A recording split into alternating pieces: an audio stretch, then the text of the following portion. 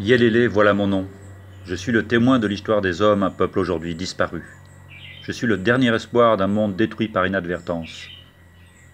Les races les plus évoluées de ce peuple ont cru utiliser leur univers pour en tirer des richesses, ils ont cru aider les autres, ou les utiliser aux fins de ces richesses et leur univers s'est retourné contre eux peu à peu. Ils ont créé des puissances capables de détruire le passé, de les détruire eux-mêmes, croyant suivre leur destinée. Ils sont mes ancêtres. En quelque sorte, je suis un homme, mais parmi les quelques ressemblances avec ces êtres, une seule importe aujourd'hui. Je suis mortel.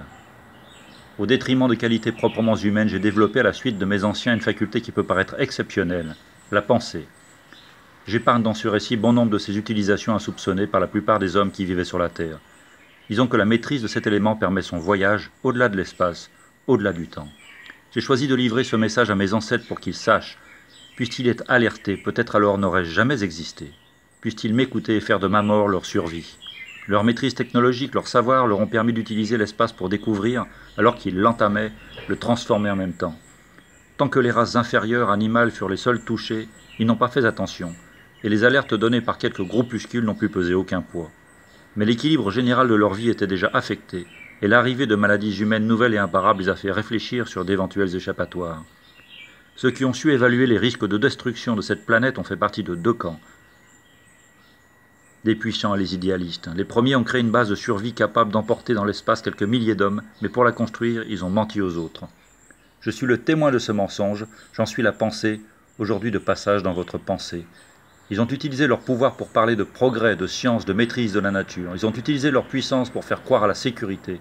Ils ont construit cette base et réservé peu à peu les places pour eux, pour ceux qui les ont aidés à la construire en donnant leur argent, et pour quelques choisis. Ils ont fait en sorte qu'on les croie en voyage lorsqu'ils partiraient, pensant laisser la terre à sa destruction. J'espère pouvoir à présent utiliser ma puissance.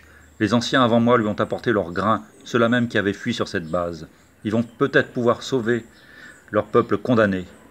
Vivant dans l'espace, ils ont évolué de façon inattendue, à chaque génération, développant un peu plus leur qualité première, la pensée. Je suis leur descendant, Yélélé, c'est-à-dire la pensée utilisée par ce peuple de l'espace, celle qu'il vous faut utiliser. Me voici en vous, et voici mon message. Il faut faire en sorte que cette base, si elle doit être créée, ne soit qu'un jouet de plus laissé à ceux qui croient tout savoir. Les conditions naturelles, votre atmosphère, votre terre, votre eau sont les priorités essentielles. Tout doit y être subordonné rapidement pour avoir une chance de rétablir l'équilibre.